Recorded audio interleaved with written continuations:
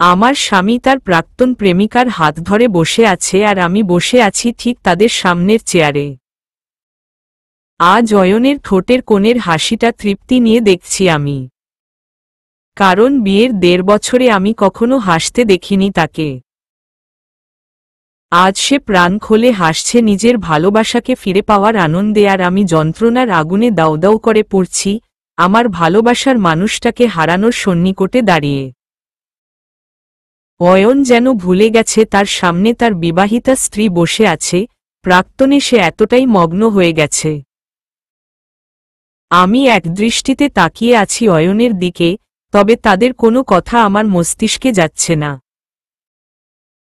অয়নের প্রাক্তন নয়নার দৃষ্টি আমার দিকে যেতেই সে কপাল কুঁচকে ফেলল। অয়নের দিকে তাকিয়ে থাকাটা তার ভালো লাগেনি। অয়নও নয়নার দৃষ্টি অনুসরণ করে তাকালো আমার দিকে, আর আমি থতমত খেয়ে চোখ নামিয়ে নিলাম। অয়ন একবার নয়নার দিকে তাকিয়ে আবার নিঝুমের দিকে তাকালো আর মুচকি হেসে বলল, সরি নিঝুম, তোমার কথা একদমই ভুলে গিয়েছিলাম। নিঝুম অসহায় দৃষ্টিতে তাকালো অয়নের দিকে। সামনে বসে থাকা মানুষটাকে এক মুহূর্তে ভুলে গেছে অয়ন। তাহলে নিঝুম তার চোখের আড়াল হলে নিশ্চয়ই চিরতরে ভুলতে খুব একটা সময় লাগবে না অয়নের। কিন্তু নিঝুম তো পারবে না এই মানুষটাকে কোনোদিন ভুলতে। চোখে নোনা জলের অস্তিত্ব অনুভব করলে নিঝুম দৃষ্টি সরিয়ে নিল।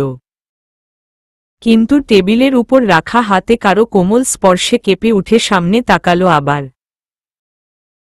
টেবিলের উপর রাখা হাত দুটোর উপর হাত রেখেছে অয়ন। নিঝুম একবার সেদিকে তাকিয়ে অবাক চোখে তাকালো অয়নের দিকে। এর আগে অয়নের এত কোমল স্পর্শ ভাগ্যে জুটেনি নিঝুমের। অয়ন কৃতজ্ঞতার স্বরে বলল, অসংখ্য ধন্যবাদ নিঝুম। অয়নের এত কোমল গলায় বলা কথাও নিঝুমকে অবাক করছে। কারণ এর আগে অয়ন যতবার নিঝুমের সাথে কথা বলেছে তার কণ্ঠে ছিল বিরক্তি অথবা তীব্র রাগ। অয়নের প্রত্যেকটা ব্যবহার আজ নিঝুমকে অবাক করছে। নিঝুমের ভাবনার জগতে আবার ব্যাঘাত ঘটালো অয়নের কণ্ঠস্বর। আমি সারা জীবন তোমার কাছে কৃতজ্ঞ থাকব নিঝুম।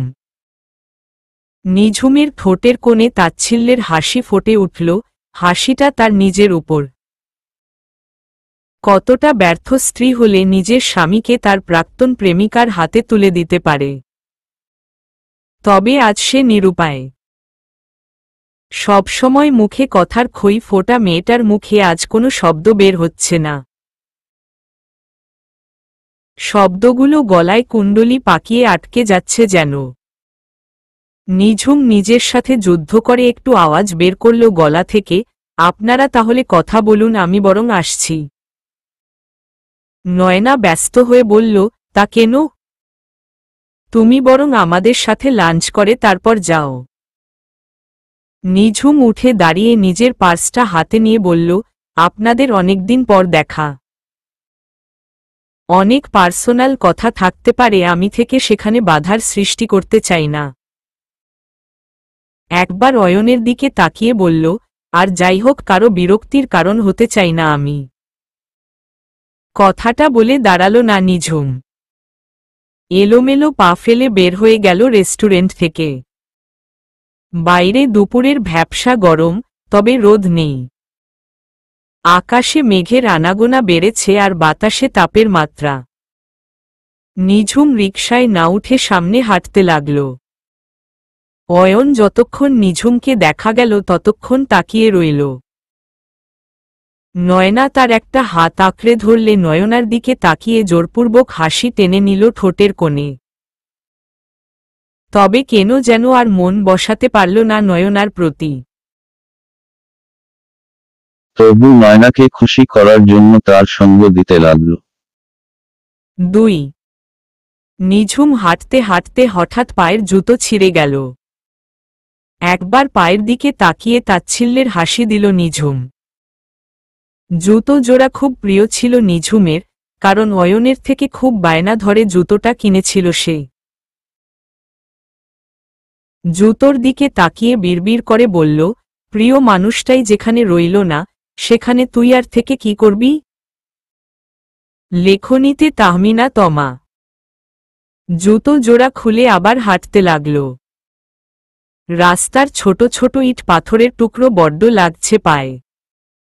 সেসব উপেক্ষা করে হাঁটছে মেয়েটা। পায়ে তীব্র ব্যথা অনুভব হলে উফফ করে উঠল নিঝুম। নিচে তাকিয়ে দেখল পায়ের নিচে রক্ত দেখা যাচ্ছে। পা একটু উঁচু করে দেখল ভাঙা কাচের টুকরো গেঁথে গেছে। টকটকে লাল রক্তবিন্দু টপটপ করে কংক্রিটের ফুটপাতে পড়ছে। নিঝুম অনুভব করার চেষ্টা করল কোনো যন্ত্রণাটা বেশি। বুকের ভেতর যেটা হচ্ছে নাকি বাহ্যিক যন্ত্রণাটা। বুঝতে পারল ভেতরের ক্ষতের কাছে এই ক্ষত কিছুই নয়। কাচের টুকরো টান দিয়ে তুলতেই মুখ কুঁচকে গেল নিঝুমের। সামান্য আঘাতে বাড়ি মাথায় তোলা মেয়েটার আজ এত সাহস কিভাবে হলো নিজেই ভেবে পেল না নিঝুম।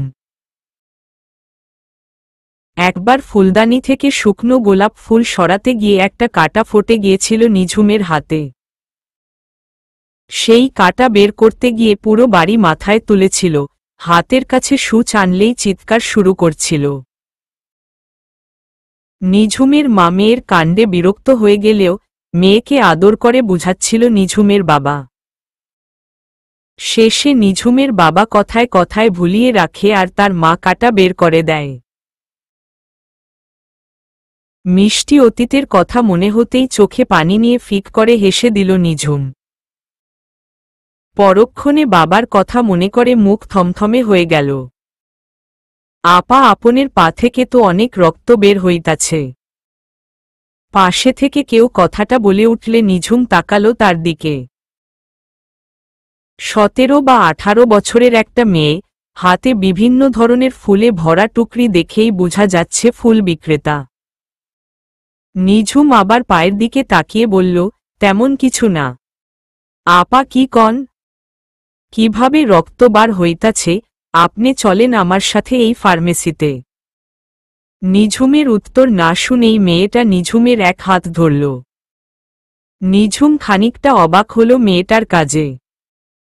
আসলে আল্লাহ যাদের সম্পদ দেননি তাদের দিয়েছেন বিশাল একটা মন, আর মানুষের সম্পদের পরিমাণ যত বাড়তে থাকে তাদের মনটা যেন ততই ছোট হতে থাকে।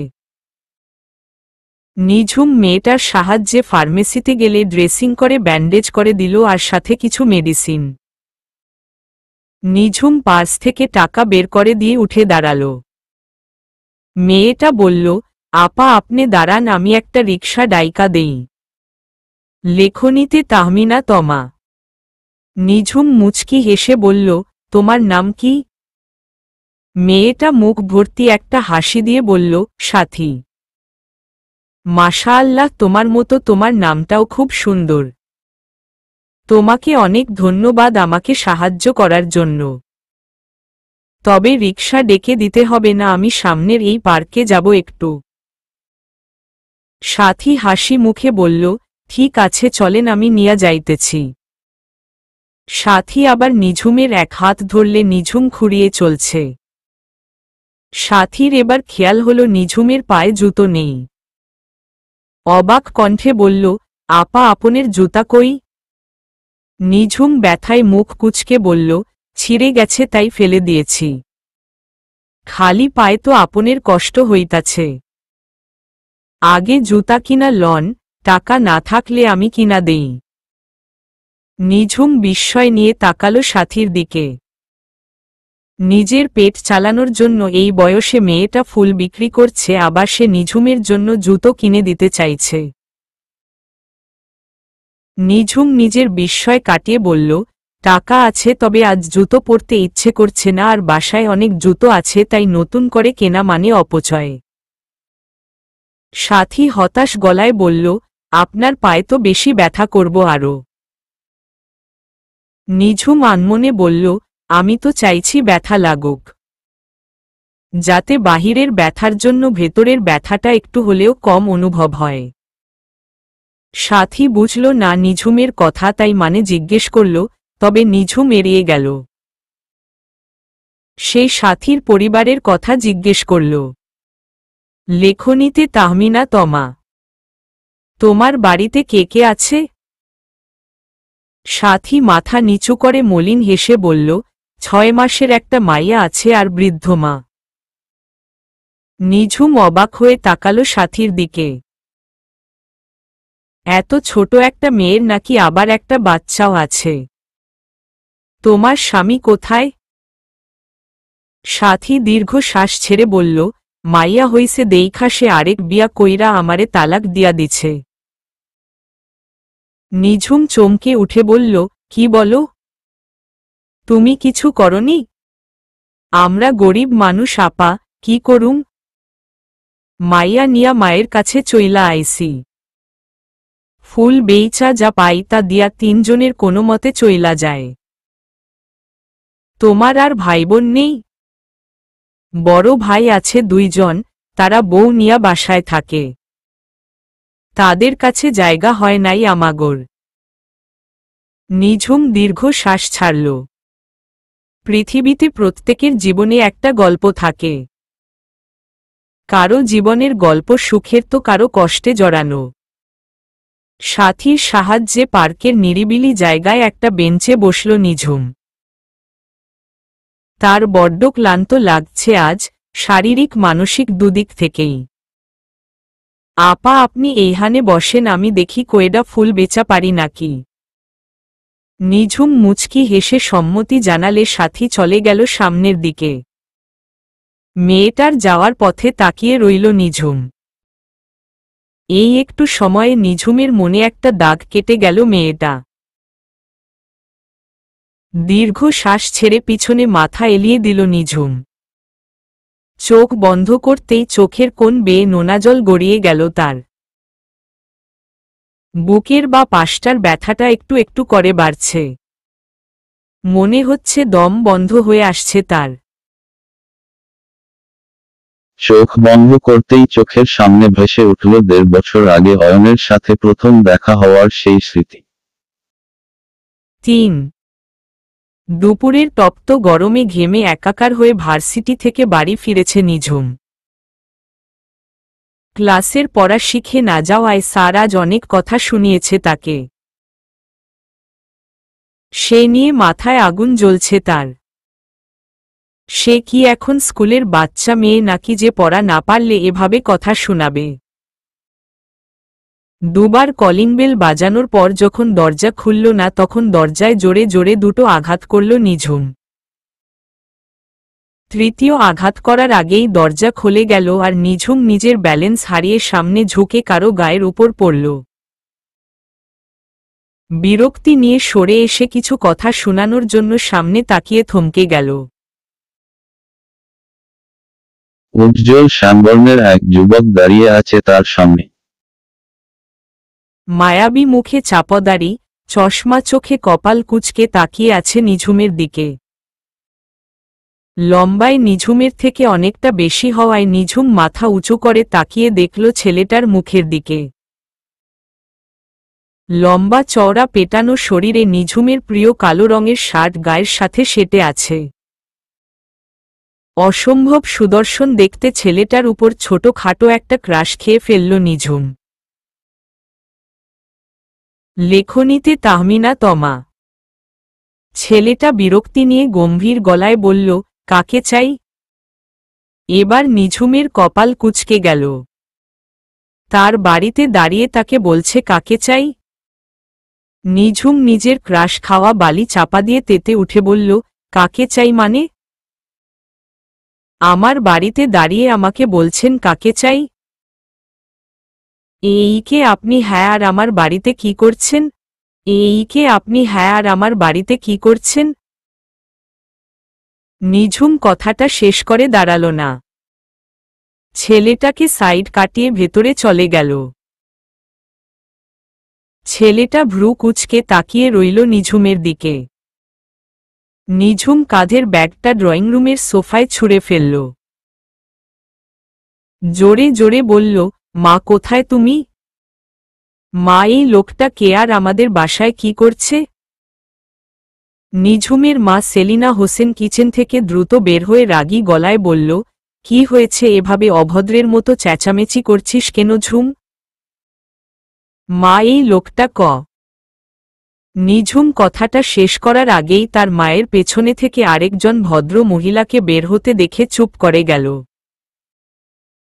ভদ্র মহিলা কৌতূহল নিয়ে তাকিয়ে আছে নিঝুমের দিকে। সেলিনা নিঝুমের পেছনে অয়নকে ভ্রু কুঁচকে তাকিয়ে থাকতে দেখে বুঝল নিঝুম কেন চেঁচামেচি করছে। সেলিনা হোসেন মুচকি হেসে বলল, এটা তোর আন্টি অহনা আর অহনার ছেলে অয়ন। এতদিন দেশের বাইরে ছিল তাই ওদের সাথে যোগাযোগ ছিল না। কিছুদিন আগে দেশে ফিরেছে আর আমাকে খোঁজে বের করেছে। অহনা আমার অনেক ছোটবেলার বান্ধবী কম, বোন বেশি। নিঝুম খানিকটা লজ্জা পেল নিজের কাজে। জোরপূর্বক হেসে দুজনকেই সালাম দিল। অয়ন কপাল কুঁচকে সালামের উত্তর নিলেও অহনা জাবেদ মুচকি হেসে সালামের উত্তর নিলেন। নিঝুম নিজের ব্যাগটা সোফা থেকে তুলে অনেকটা দৌড়ে চলে গেল নিজের রুমে। অহনা হেসে দিল নিঝুমের কাজে। সেলিনা হোসেন একটু লজ্জিত হয়ে বলল, আসলে আমার মেয়েটা খুব দুষ্টু। অহনা হাসিটা বজায় রেখে বলল, সেটাই দেখছি।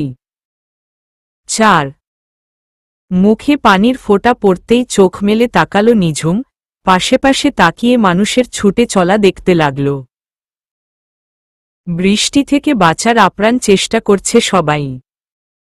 কারণ এই সময়ের বৃষ্টিটা ভালো নয় স্বাস্থ্যের জন্য। গরম শেষে শীতের আগমনের অপেক্ষায় আছে সবাই। এই সময়ের বৃষ্টিতে ভিজলে জ্বর কিংবা সর্দি কাশি অনিবার্য। তবু নিঝুম নিজের জায়গা থেকে নড়ল না। চোখ বন্ধ করে উপরের দিকে মুখ তুলল। বৃষ্টির ফোঁটা আছড়ে পড়ছে মায়াবী মুখটায়।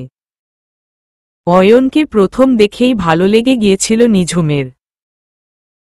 এরপর থেকে নিঝুমের বাড়িতে প্রায় মাকে নিয়ে আসত অয়ন, আবার কখনো বা নিঝুম তার মায়ের সাথে অয়নের বাড়ি চলে যেত। লুকিয়ে লুকিয়ে দেখত অয়নকে। ভালো লাগা একসময় ভালোবাসায় রূপ নেয়। তবে অয়ন সবসময় নিজের অ্যাটিটিউড বজায় রেখে চলত।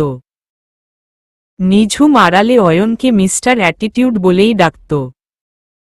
তার ঠিক 2 মাস পরেই অয়নের সাথে নিঝুমের বিয়ে ঠিক হয়ে যায়। নিঝুম সেটা জানতে পেরে রুমের দরজা বন্ধ করে গান বাজিয়ে ইচ্ছেমতো নেচেছিল সেদিন।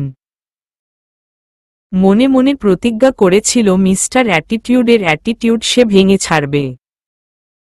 কিন্তু বিয়ের পর এত যত্নে আগলে রাখা অনুভূতিগুলো বৃথা মনে হয়েছিল নিঝুমের কাছে। আপা, আপনি বৃষ্টিতে ভিজতাছেন কেন?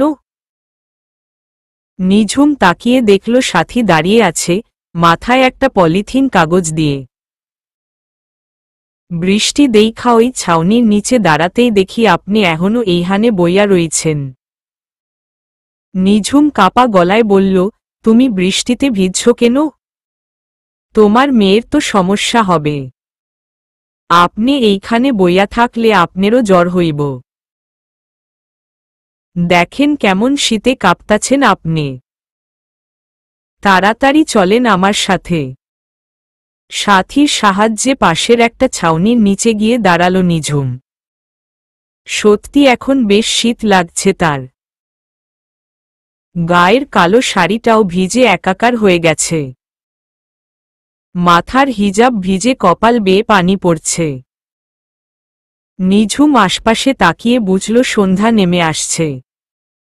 কখন এতটা সময় পার হয়ে গেছে টের পায়নি।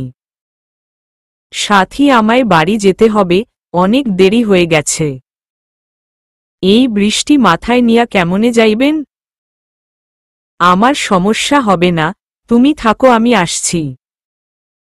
নিঝুম বের হতে গেলে সাথী বলল, আপা আপনি দাঁড়ান, আমি আগে আপনের জন্য একটা রিকশা ঠিক কইরা আসি। নিঝুমকে কিছু বলতে না দিয়েই সাথী চলে গেল। সাথীর আচরণে বুঝতে পারল সেও নিঝুমের মতো খুব চঞ্চল। একটু পরই সাথী আবার ফিরে এলো। চলেন, রিকশা পাইছি। তোমার কাছে ফোন আছে? সাথী সাথে সাথে পলিথিনে মুড়ানো একটা বাটন ফোন বের করে বলল, হ আছে তো। আপনি কাউরে কল দিবেন? নিঝুম সাথীর হাত থেকে ফোনটা নিয়ে নিজের নাম্বার তুলে ডায়াল করল। তারপর আবার ফোনটা সাথীর দিকে এগিয়ে দিল। এটা আমার নাম্বার, কোনো প্রয়োজন হলে ফোন দিও। সাথী মুচকি হেসে মাথা নাড়িয়ে সম্মতি জানালো। রিকশায় ওঠার পর সাথী হাত নাড়িয়ে বিদায় জানালো নিঝুমকে। কিছু কিছু ক্ষণিকের পরিচয় সারা জীবন আমাদের মনে একটা দাগ কেটে যায়। নিঝুমের জীবনের সাথী মেয়েটা তেমন একটা দাগ কেটে গেল। বাসায় গিয়ে কলিং বেল চাপতেই দরজা খুলে দিল অহনা। নিঝুমকে দেখে ব্যস্ত হয়ে বলল, কোথায় ছিলি সারাদিন? চিন্তায় আমার দম বন্ধ হয়ে আসছিল জানিস। নিঝুম অহনার গালে হাত রেখে বলল, এত চিন্তার কি আছে, আমি কি বাচ্চা মেয়ে? অহনা খপ করে নিঝুমের হাত ধরে বলল, এ কি তোর হাত এমন বরফের মতো ঠান্ডা কেন? অহনা অস্থিরতায় প্রথমে খেয়াল করেনি নিঝুম পুরো ভেজা। ব্যস্ত হয়ে বলল, এভাবে ভিজলি কি করে? বাইরে বৃষ্টি হচ্ছে, সেটা হয়তো বুঝতেই পারোনি। রুমে ছিলাম তাই খেয়াল করিনি। তুই যা, তাড়াতাড়ি চেঞ্জ করে নে গিয়ে।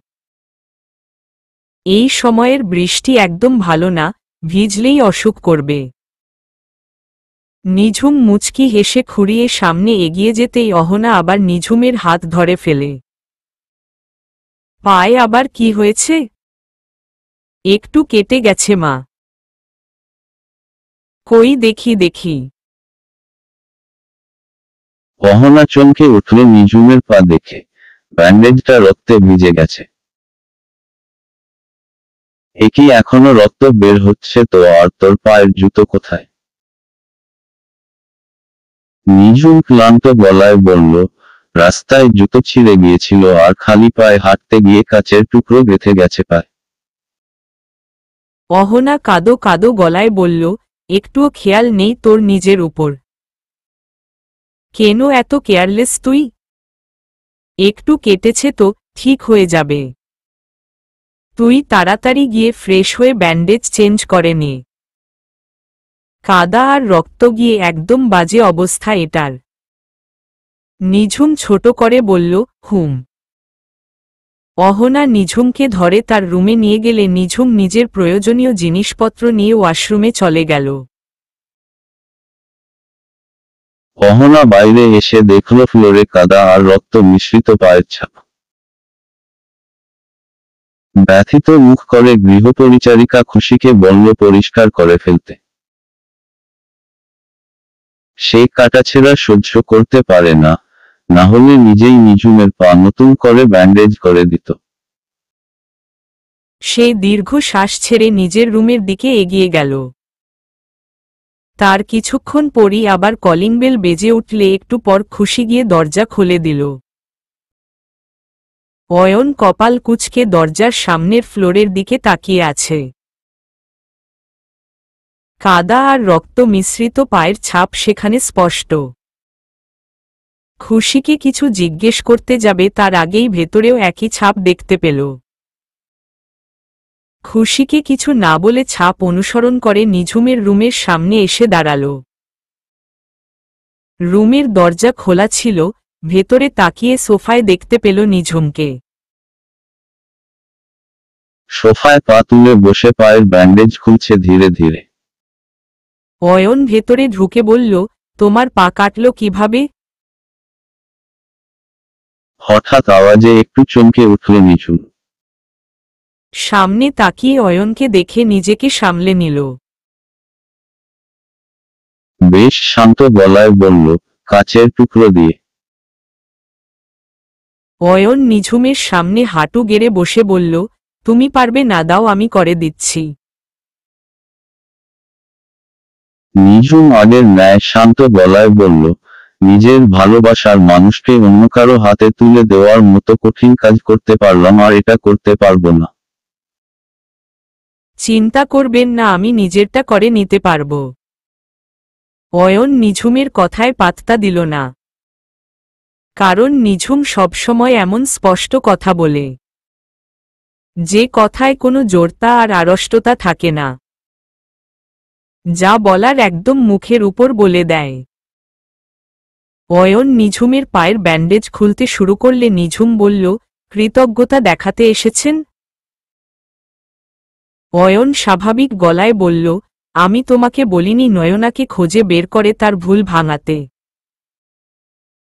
নিঝুম ব্যথিত গলায় বলল, আর কতদিন আপনার চক্ষুশূল হয়ে থাকতাম বলুন? 1.5 বছর তো কম সময় না। অয়ন কিছু না বলে তুলোয় মেডিসিন লাগিয়ে কাটা জায়গা পরিষ্কার করতে লাগল। মেডিসিন লাগতেই নিঝুম ব্যথায় মুখ কুঁচকে ফেলল।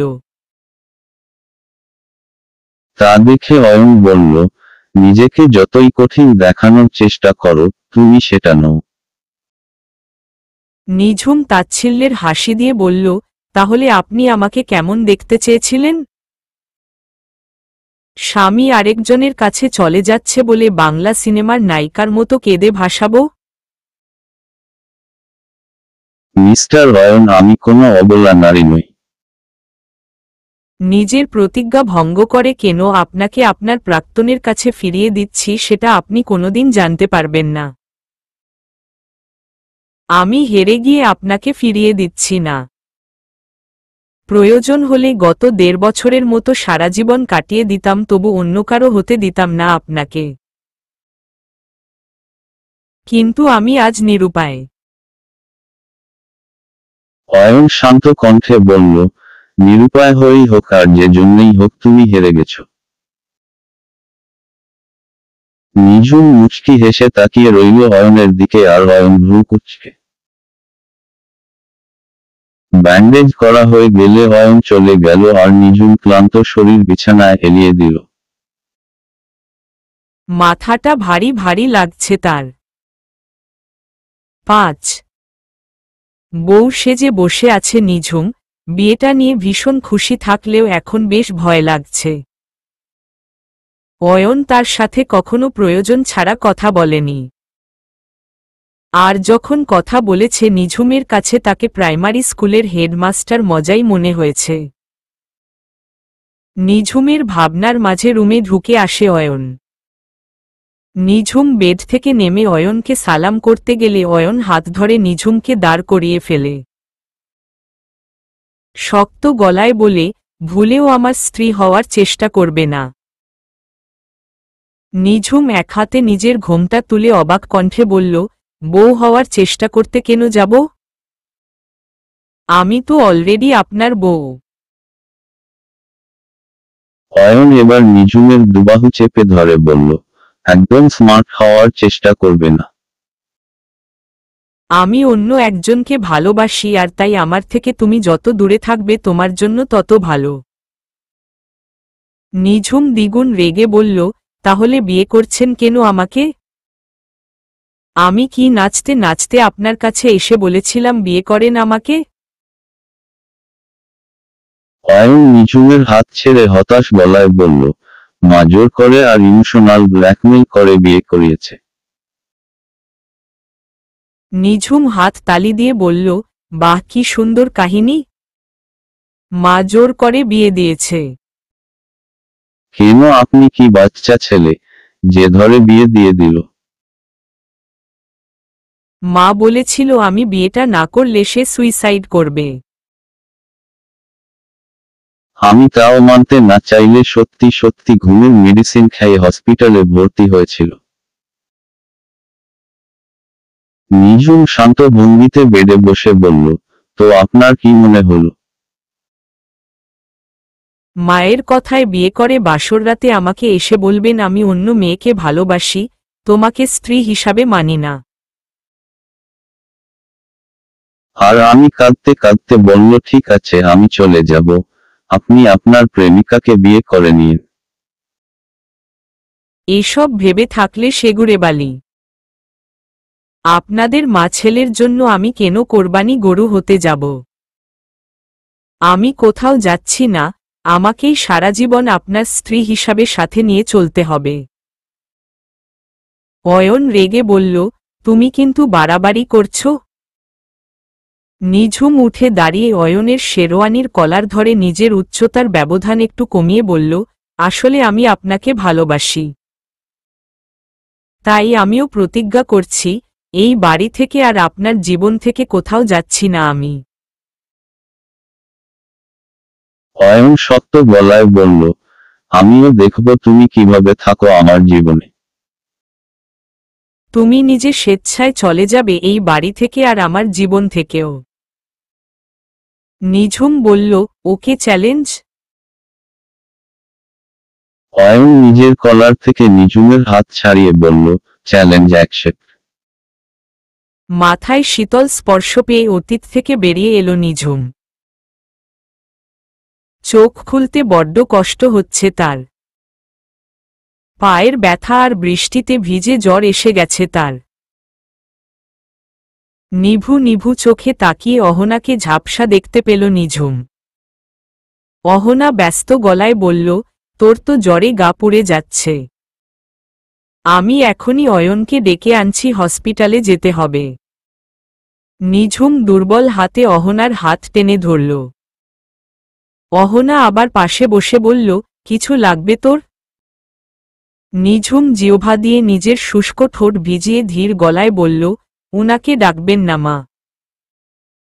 আমার জীবনের কোনো কিছুর সাথেই আর উনাকে জোড়াতে চাই না আমি। ১.৫ বছরে অনেক জ্বালিয়েছি, তাকে আর জ্বালাতন করতে চাই না। অহনা ডুকরে কেঁদে উঠে বলল, আমি তোর জীবনটা নষ্ট করে দিল ম, তাই না রে মা? নিঝুম একটা শুকনো ঢোক গিলে বলল, আমাদের হাতে কিছু থাকে না মা। আল্লাহ তাআলা যেমন ভেবে রাখেন তেমনই হয় আমাদের জীবনে। তাই নিজেকে দোষ দিবেন না দয়া করে। অহনা ব্যস্ত গলায় বলল, তোর কষ্ট হচ্ছে, তুই কথা বলিস না, চুপ করে শুয়ে থাকে। আমি তোর মাথায় জলপট্টি দিচ্ছি। নিঝুম চোখের পলক ফেলে বলল, এত রাতে জেগে থাকলে আপনার শরীর খারাপ করবে।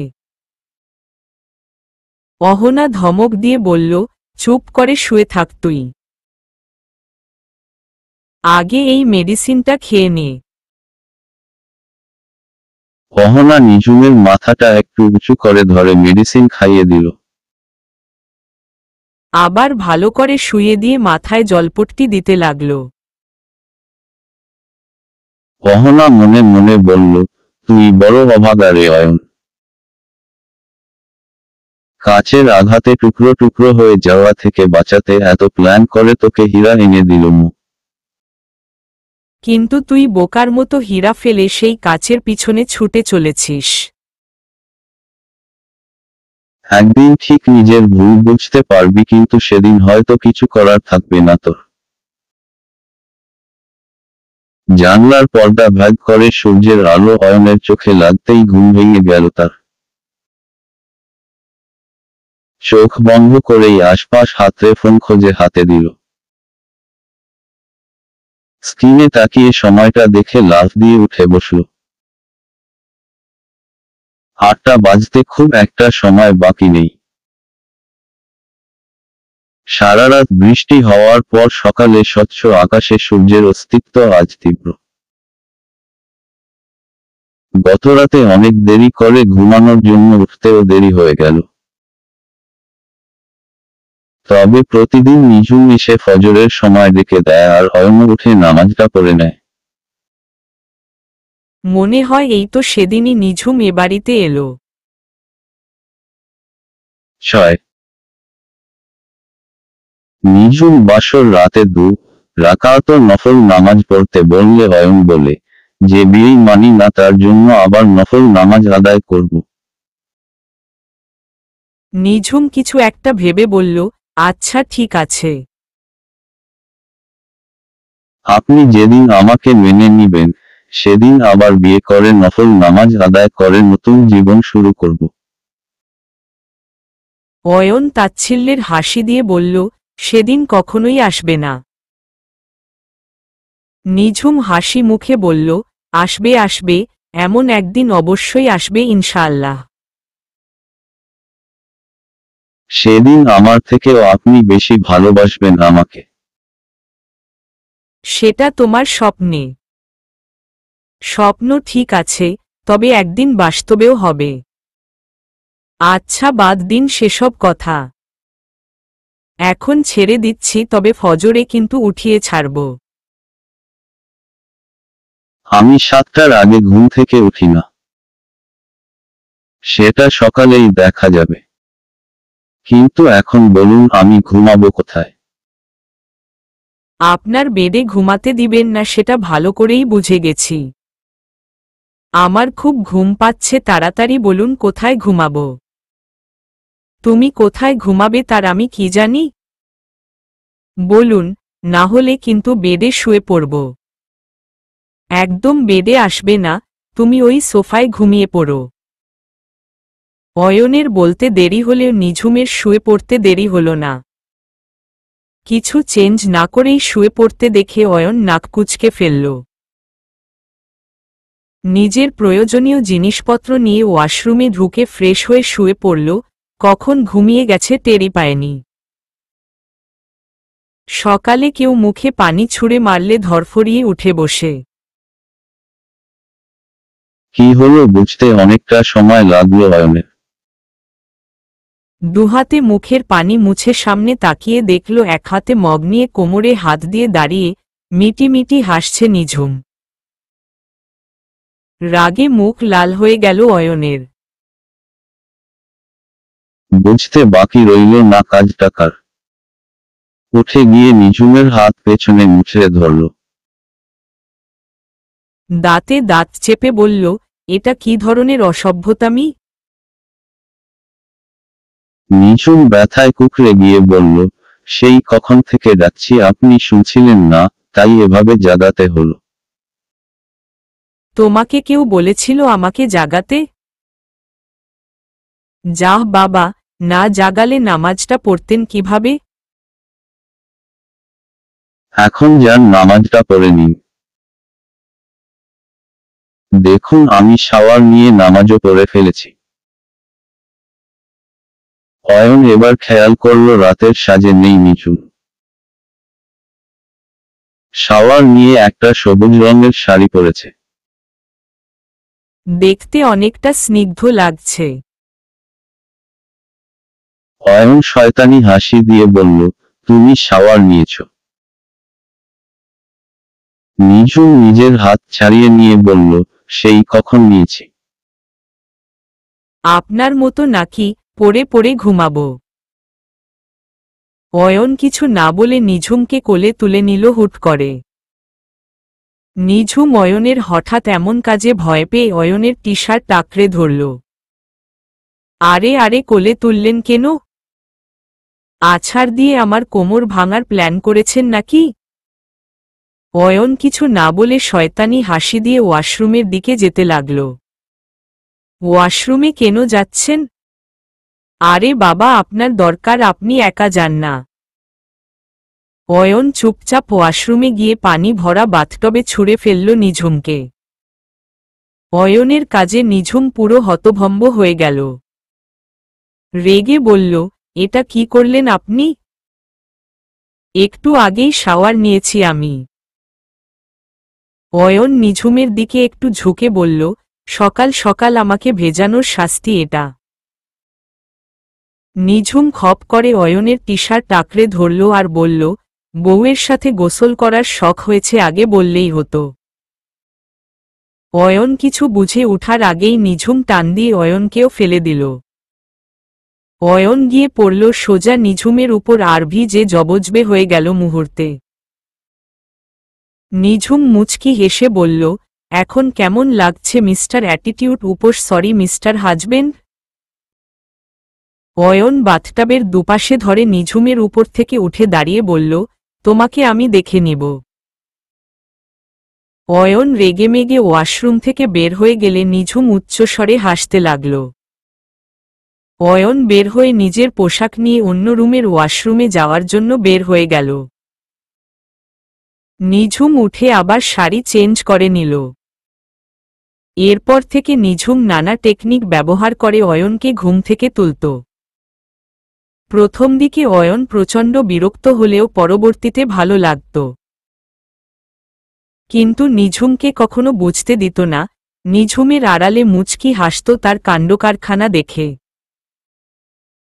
অয়নের অভ্যাস হয়ে গেছে ফজরের সময় উঠা, তবু ঘুমের ভান ধরে নিঝুমের ডাকের অপেক্ষা করত এরপর থেকে। ৭ আজ নিঝুমও ডাকেনি আর অয়নেরও ঘুম ভাঙেনি। নিঝুম কেন তাকে ডাকেনি ভাবতেই গতকালের কথা মনে পড়ে গেল। নিঝুমের পা কেটে গেছে, সে হাঁটতে পারলে তো তাকে ডাকবে। অয়ন তাড়াতাড়ি উঠে ফ্রেশ হয়ে নিল। নিঝুমের কি অবস্থা দেখতে হবে। অয়ন রেডি হয়ে নিচে নেমে দেখে খুশি ডাইনিং টেবিলে খাবার সাজাচ্ছে। প্রতিদিন সেটা নিঝুম আর অহনা করে। অয়ন একটা চেয়ার টেনে বসে বলল, মা কোথায় খুশি? খুশি গম্ভীর গলায় বলল, ভাবিরে ডাক্তার দেখতে আইছে, খালাম্মা ভাবির রুমে আছে। অয়ন খানিকটা বিরক্তি নিয়ে বলল, সামান্য পা কাটার জন্য ডক্টর ডেকে আনতে হবে? ভাবির জ্বর হইছে, খালাম্মা সারারাত ভাবির কাছে ছিল। অয়ন অবাক হয়ে বলল, কি নিঝুমের জ্বর হয়েছে? খুশির উত্তরের অপেক্ষা না করেই অয়ন উঠে নিঝুমের রুমের দিকে পা বাড়াল। নিঝুমের সহজে জ্বর হয় না, কিন্তু যখন হয় 10-15 দিনের আগে আর ঠিক হয় না। তখন নিঝুমের অবস্থা খুব খারাপ হয়ে যায়। অয়ন নিঝুমের রুমে গিয়ে দেখে ডক্টর কিছু লিখছে আর বলছে, শরীরে এখনো অনেক জ্বর। শুধু মেডিসিনের দিকে না, খাবারের দিকেও কড়া নজর রাখতে হবে। খাবার ঠিকমতো খেলে খুব বেশি দুর্বল হয়ে পড়বে না। আজে বাজে খাবার দিবেন না, শুধু পুষ্টিকর খাবার দিবেন। অহনা নিঝুমের মাথায় হাত বুলিয়ে দিয়ে বলল, আমি ওর খেয়াল রাখব ডক্টর। প্রেসক্রিপশন অহনার হাতে দিয়ে বলল, এখানে মেডিসিন লিখে দিয়েছি, সময় মতো সব দিবেন। আর পায়ের ব্যথাটা কমার জন্য কিছু মেডিসিন দিয়েছি। তবে কাটা জায়গায় যেন পানি না লাগে। আমি তাহলে এখন উঠি মিসেস রাজীব। অহনা উঠে দাঁড়িয়ে বলল, সরি ডক্টর, আপনাকে এত সকালে বিরক্ত করার জন্য। না না, সমস্যা নেই, এটা আমার ডিউটি। অয়ন দরজার সামনে চুপচাপ দাঁড়িয়ে আছে। ডক্টর তার পাশ কাটিয়ে বের হয়ে গেল। অহনা পুনরায় নিঝুমের মাথার কাছে বসল। অয়ন এগিয়ে এসে গম্ভীর গলায় বলল, মা এত কিছু হলো আর তুমি আমাকে একবার ডাকলে না? অহনা শান্ত গলায় বলল, তোমাকে কেন ডাকব? অয়ন অবাক হয়ে বলল, আমাকে কেন ডাকবে মানে? ওর এমন একটা অবস্থায় তুমি একা একা সব করছ। অহনা এবারও বেশ শান্ত গলায় বলল, নিঝুম তার জীবনের কোনো বিষয়ে তোমাকে জোড়াতে চায় না আর। অয়ন হতভম্ব হয়ে তাকিয়ে রইল ক্লান্ত হয়ে শুয়ে থাকা নিঝুমের দিকে। এই কি সেই মেয়ে? যে মেয়েটা সামান্য গা গরম হলেও অয়নকে নাকানিচুবানি খাইয়ে ছাড়ত। অহনা গম্ভীর গলায় বলল, খুশি ব্রেকফাস্ট দিয়েছে হয়তো। খেয়ে অফিসে চলে যাও, তোমার লেট হচ্ছে। নিজের মায়ের ব্যবহারেও আজ অবাক অয়ন। অনেকটা ঘোরের মাঝেই বের হয়ে গেল নিঝুমের রুম থেকে। ডাইনিং টেবিলে গিয়ে বসতেই খুশি খাবার এগিয়ে দিল। পরোটা, সবজি, ডিম ভাজা, ফলের জুস।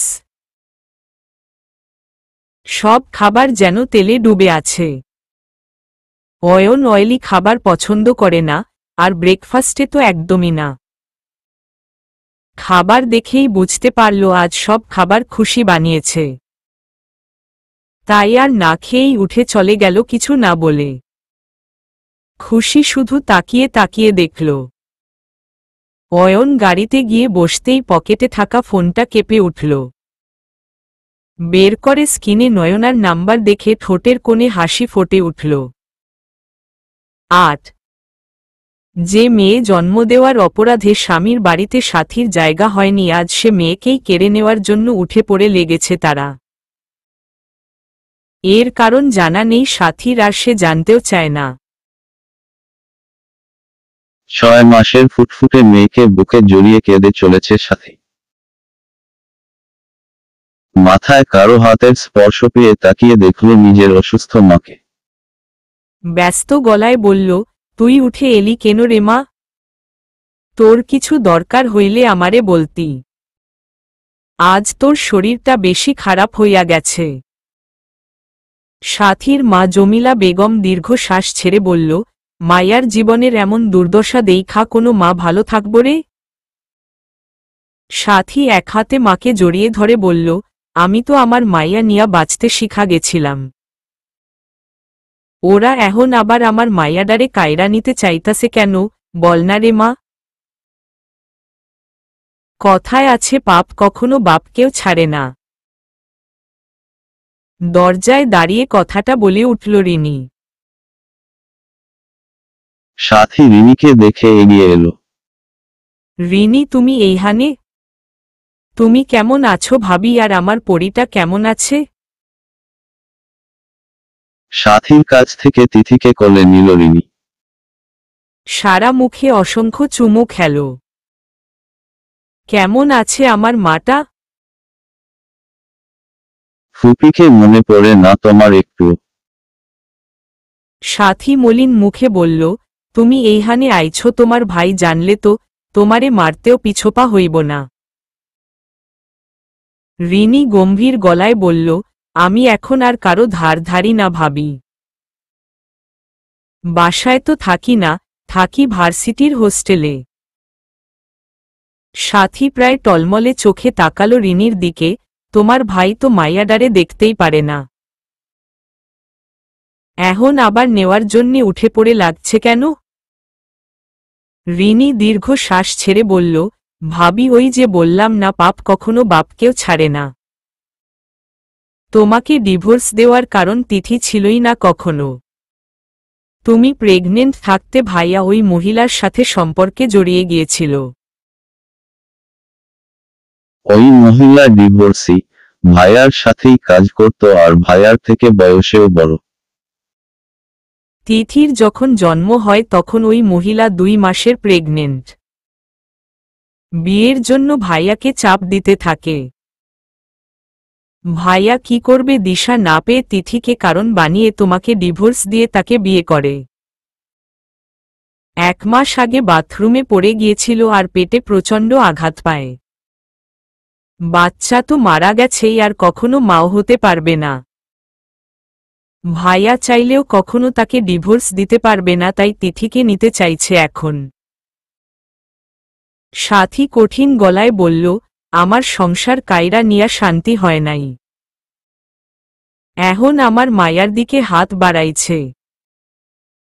সংসার সহজে ছাইরা দিছি, তয় আমার মাইয়ারে আমার থেইকা কেউ কায়রা নিতে পারব না। কথাটা বলে সাথী নিজের মেয়েকে কোলে নিয়ে বুকের সাথে আঁকড়ে ধরল। রিনি তাকিয়ে আছে সাথীর দিকে। সাথী রিনির থেকেও বয়সে ছোট। সাথীকে সে সবসময় শান্তশিষ্ট মেয়েই জানে, তবে আজ হয়তো একজন মায়ের মমতাই তার শক্তি হয়েছে। জমিলা বেগম বলল, সাথী মাইয়াডারে কিছু খাইতে দে। রিনি ব্যস্ত হয়ে বলল, না আন্টি, তার প্রয়োজন নেই। আমি তিথিকেই দেখতে এসেছিলাম একটু, আর এটা বলতে এসেছিলাম ভাইয়া বোধহয় পুলিশের কাছে যাবে তিথিকে পাওয়ার জন্য। তাহলে আমি বরং আজ আসি। ভাবি নিজের খেয়াল রেখো আর তিথিকে সামলে রেখো। রিনি তিথির মাথায় হাত বুলিয়ে বের হয়ে গেল। সাথী পাশে পাতানো বিছানায় ধপ করে বসে পড়ল। রানার সাথে সে টাকার জোরে পারবে না। তাহলে কিভাবে নিজের মেয়েকে ধরে রাখবে? নয়নার সাথে ব্রেকফাস্ট করে অফিসে এসেছে অয়ন। তার সাথে থেকে নিঝুমের কথা প্রায় ভুলেই গিয়েছে। কিন্তু দুপুরের লাঞ্চের সময় হতেই নিঝুমের কথা মনে পড়ে গেল। বারবার মানা করা সত্ত্বেও নিজে হাতে রান্না করে দুপুরের খাবার নিয়ে সবসময় হাজির হতো নিঝুম। কাজে ডুবে থাকা অয়নকে টেনে তুলে খাবার খেতে বসিয়ে দিত। একদিন অয়ন খুব অপমান করেছিল নিঝুমকে। হয়তো তখন বিয়ের 3 মাস হয়েছে। নিঝুমের কান কারখানায় অয়ন পুরো অতিষ্ঠ। সেদিন বড় একটা লস হয়েছিল কোম্পানির। কেবিনে কপালে হাত রেখে চেয়ারে হেলান দিয়ে বসেছিল অয়ন। তখনই দুপুরের খাবার নিয়ে হাজির হয় নিঝুম। নখ ছাড়া কেবিনে ঢুকেই বলে, সরি আজ একটু লেট হয়ে গেছে। আসলে আজ সব আপনার পছন্দের খাবার রান্না করেছি তাই একটু লেট হয়েছে। আপনি তাড়াতাড়ি ফ্রেশ হয়ে আসুন আর গরম গরম খেয়ে নিন। অয়ন তখনও একই ভঙ্গিতে বসে আছে।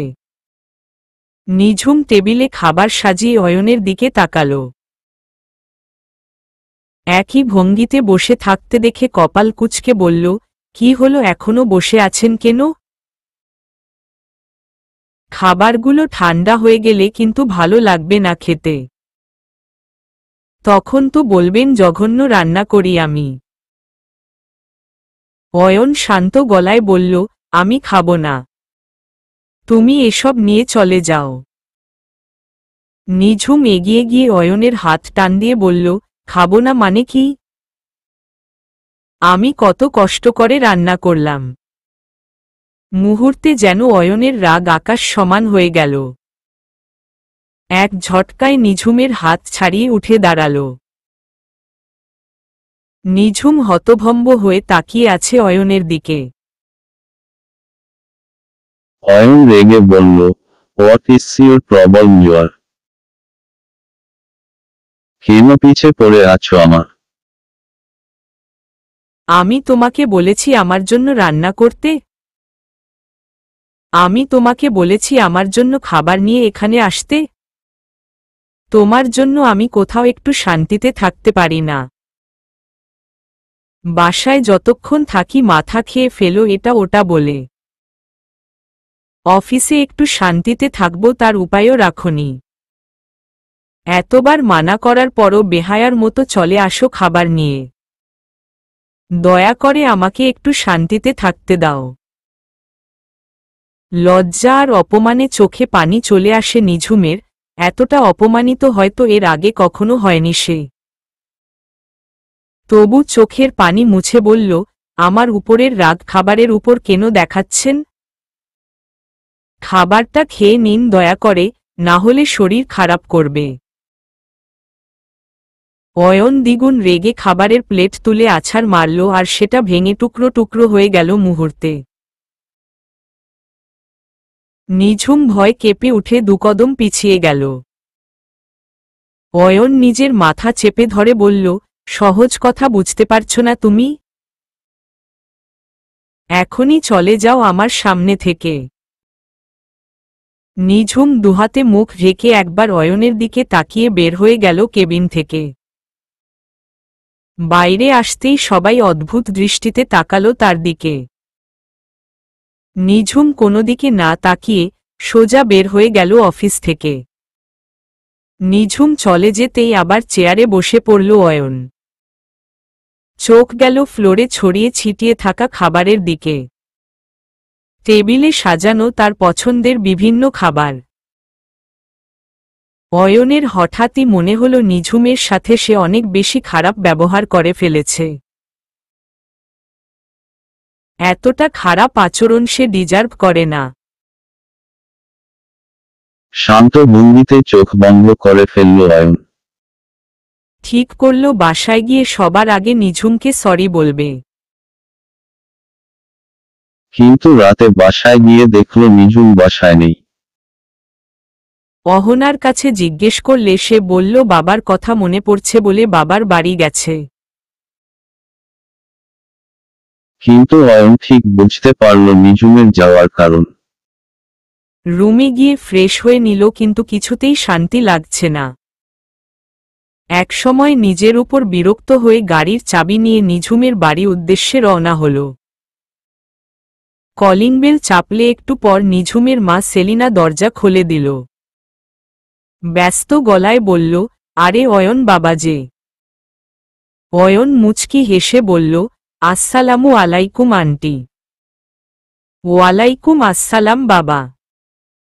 বাইরে দাঁড়িয়ে রইলে কেন, ভেতরে এসো। কেমন আছো তুমি আর তোমার মা কেমন আছে?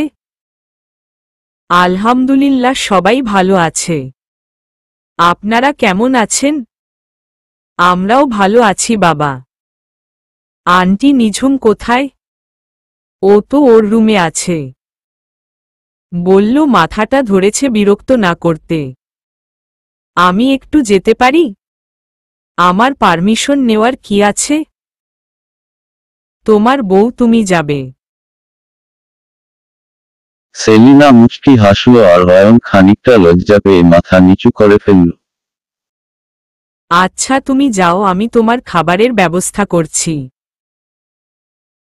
কিছু করার প্রয়োজন নেই আন্টি, আমি খেয়ে এসেছি। ঠিক আছে তাহলে যাও।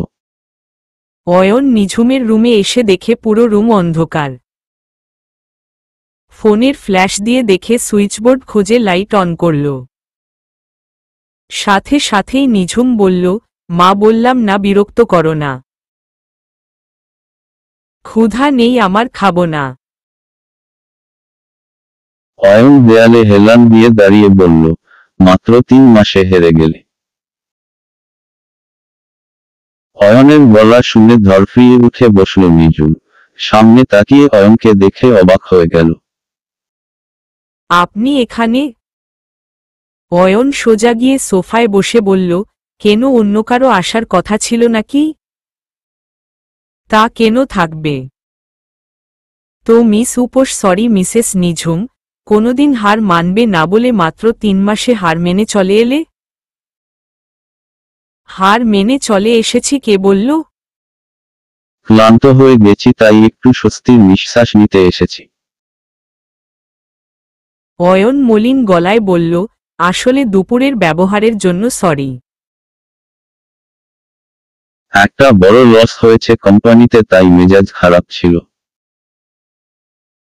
তোমার সাথে এতটা খারাপ আচরণ করা উচিত হয়নি আমার, সত্যি দুঃখিত আমি। 10 পুরনো কথা ভেবে দীর্ঘশ্বাস ছাড়ল অয়ন। সেদিন নিঝুম হাতে মাফ করেছিল কিনা তার জানা নেই। অয়ন ভেবেছিল নিঝুম আর কখনো তার খাবার নিয়ে অফিসে যাবে না, কিন্তু তাকে মিথ্যা প্রমাণ করে নিঝুম পরদিনই তার জন্য খাবার নিয়ে যায়। অয়নও কোনোরকম কথা বলা ছাড়া ভদ্র ছেলের মতো খেয়ে নিয়েছিল। আজ অফিসের ক্যান্টিনের খাবার খেতে হবে ভেবে দীর্ঘশ্বাস ছাড়ল। খাওয়া শেষে ফোন হাতে বসে আছে অয়ন। ইচ্ছে করছে নিঝুমকে একটা ফোন করে তার অবস্থা জানতে। আবার কোথাও একটা বাধা কাজ করছে। এর আগে নিঝুম ঘন্টায় ঘন্টায় ফোন দিয়ে তার খোঁজ নিত। সে কখনো নিঝুমকে আগে কল দেয়নি। অয়ন প্রচণ্ড দোটানায় ভুগছে। মাঝে মাঝে মনে হচ্ছে এই হার জিতের খেলায় মত্ত হয়ে সে ভুল করছে। আবার মনে হচ্ছে ভুল কোথায়, সে তো নয়নাকে ভালোবাসে। কিন্তু যখন নয়নার সাথে সময় কাটাচ্ছে তখন নয়নার মাঝে সে নিঝুমকে খোঁজার চেষ্টা করছে।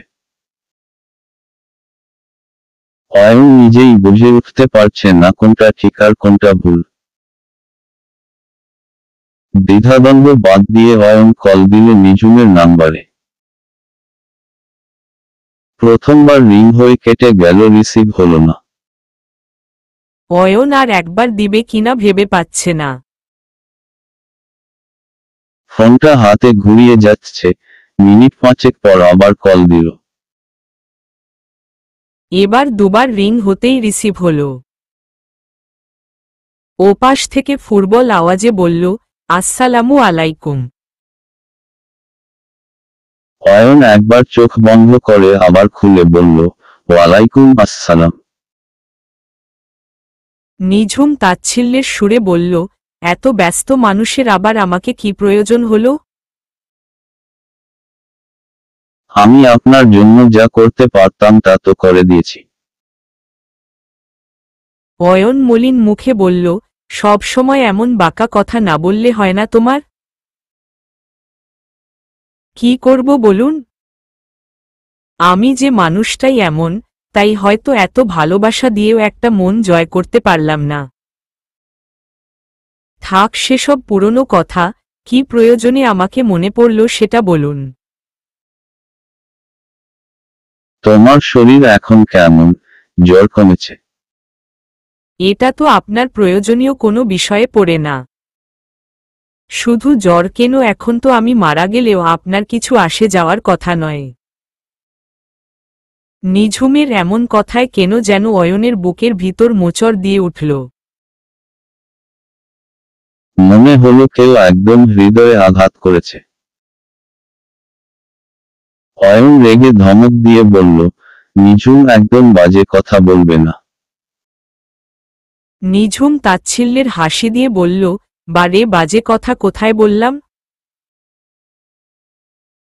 যা সত্যি তাই তো বললাম মিস্টার অ্যাটিটিউড। অয়ন অবাক হল নিঝুমের মুখে মিস্টার অ্যাটিটিউড ডাক শুনে। কারণ এটা বলে বিয়ের আগে ডাকলেও বিয়ের পর মিস্টার হাজবেন্ড বলেই ডাকত। অয়ন অবাক কণ্ঠে বলল, মিস্টার অ্যাটিটিউড।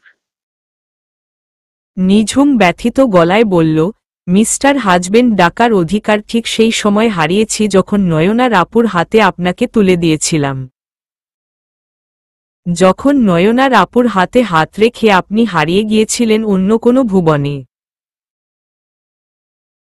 নিঝুমের কথাগুলো আজ বারবার অয়নের হৃদয়ে আঘাত করছে। মনে হচ্ছে নিঝুম একটু একটু করে দূরে সরে যাচ্ছে তার থেকে। তাদের মাঝে দূরত্বটা একটু একটু করে বাড়ছে। হারিয়ে যাচ্ছে নিঝুম তার জীবন থেকে, তার নাগালের বাইরে চলে যাচ্ছে মেয়েটা। অয়ন নিজেকে যথেষ্ট স্বাভাবিক রেখেই বলল, তোমার জন্য কি কি আনব? জ্বর হলে তো তোমার বাড়ির খাবার খেতে ইচ্ছে করে না। মনে রাখার জন্য অসংখ্য ধন্যবাদ। তবে আমার জন্য আপনার আর এক বিন্দু পরিমাণ কষ্টও করতে হবে না মিস্টার অ্যাটিটিউড। অয়নের কোনো উত্তরের অপেক্ষা না করে নিঝুম কল কেটে দিল। অয়ন হতভম্ব হয়ে তাকিয়ে রইল ফোনের দিকে। এ কোনো নিঝুমের সাথে কথা বলল সে? একটা বার এটাও জানতে চাইল না সে দুপুরে খেয়েছে কিনা। এই কি সেই নিঝুম, যে তাকে না খাইয়ে এক পাও নড়ত না, যে তাকে দিয়ে সারারাত একটার পর একটা জিনিস আনিয়েছিল জ্বর হয়েছিল বলে? অয়নের বুকের বা পাশে হঠাৎ চিনচিনে ব্যথা অনুভব হচ্ছে। চলবে।